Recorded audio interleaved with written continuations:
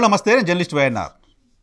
YSR Congress party senior నేతగానే చూడాలి. ఇప్పటికి ఇంకా వైఎస్ఆర్ కాంగ్రెస్ పార్టీకి రిజైన్ చేయలేదు కాబట్టి. దగ్గుబాటి వెంకటేశ్వరరావు గారు సీనియర్ పొలిటీషియన్, తెలుగుదేశం పార్టీతో పొలిటికల్ కెరీర్ని స్టార్ట్ చేశారు. తెలుగుదేశం పార్టీలో నంబర్ 2 కోసం పోటీ పడ్డారు చంద్రబాబు నాయుడు గారితో, ఎన్టీ రామారావు గారు ముఖ్యమంత్రిగా ఉన్న సమయంలో.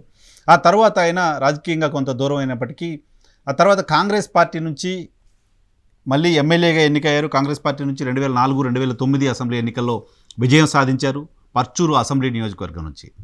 ఆ తర్వాత మళ్ళీ అక్కడి నుంచి కంటెస్ట్ చేసి ఓడిపోయారు. గడిచిన అసెంబ్లీ ఎన్నికల సందర్భంగా పర్చూరు నుంచి వైసీపీ అభ్యర్థిగా పోటీ చేసి ఓడిపోయారు. ఆయన ఓడిపోయిన తర్వాత వైఎస్ఆర్ కాంగ్రెస్ పార్టీకి కొంత దూరంగా ఉంటూ వస్తున్నారు.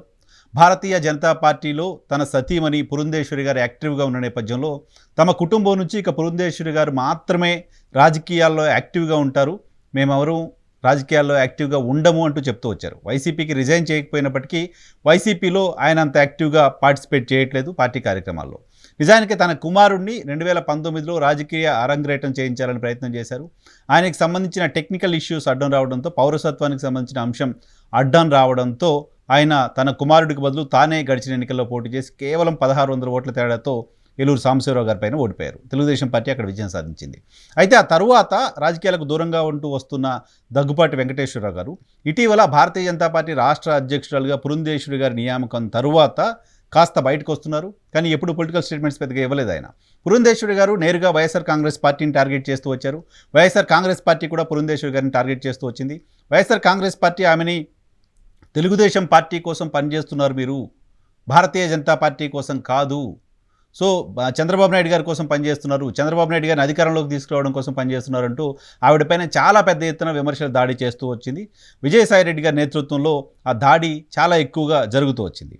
అదే సమయంలో వైఎస్ఆర్ కాంగ్రెస్ పార్టీ పైన గతంలో ఏ భారతీయ జనతా పార్టీ నాయకులు చేయని స్థాయిలో తీవ్రమైన విమర్శలు పురంధేశ్వరి గారు కూడా చేస్తూ వచ్చారు.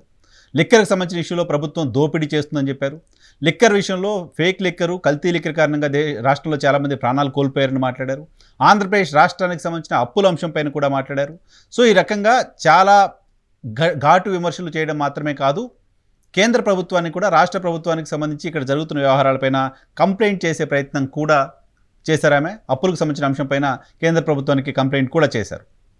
సో ఈ రకంగా రాష్ట్ర ప్రభుత్వం పైన నేరుగా విమర్శలు చేస్తూ వస్తున్న పురంధేశ్వరి ఎప్పుడైతే వైఎస్ఆర్ కాంగ్రెస్ పార్టీ నాయకులకు టార్గెట్ అయ్యారో, వైసీపీకి రిజైన్ చేయకపోయినప్పటికీ వైసీపీ నాయకుడిగా కంటిన్యూ అవుతున్న దగ్గుబాటి వెంకటేశ్వరరావు గారు ఇప్పటివరకు బయటికి రాలేదు. కానీ ఈరోజు బయటకు వచ్చి ఆయన అనూహ్యంగా కొన్ని సంచలన వ్యాఖ్యలు చేశారు. ఏంటి ఆ సంచలన వ్యాఖ్యలు అంటే, వైఎస్ఆర్ కాంగ్రెస్ పార్టీ నుంచి గడిచిన ఎన్నికల్లో తాను పోటీ చేసి గెలవకపోవడం మంచిదైంది అంటున్నారు. ఈరోజు ఈ నియోజకవర్గంలో ఇక్కడికి వస్తున్న సందర్భంలో ధైర్యంగా రోడ్డు పైన తిరగగలుగుతున్నారంటే ఆ రోజు తాను ఓడిపోవడం కారణంగానే ధైర్యంగా రోడ్డు మీద తిరగలుగుతున్నానని చెప్తున్నారు.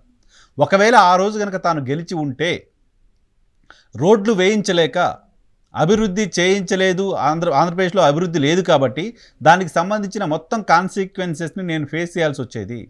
కనీసం రోడ్లు కూడా వేయించలేని పరిస్థితులు ఉండేవాడిని, ప్రజలందరితో తిట్లు తినాల్సిన పరిస్థితి ఉండేది, ప్రజలందరితో విమర్శలు చేయించుకోవాల్సిన పరిస్థితి ఉండేది.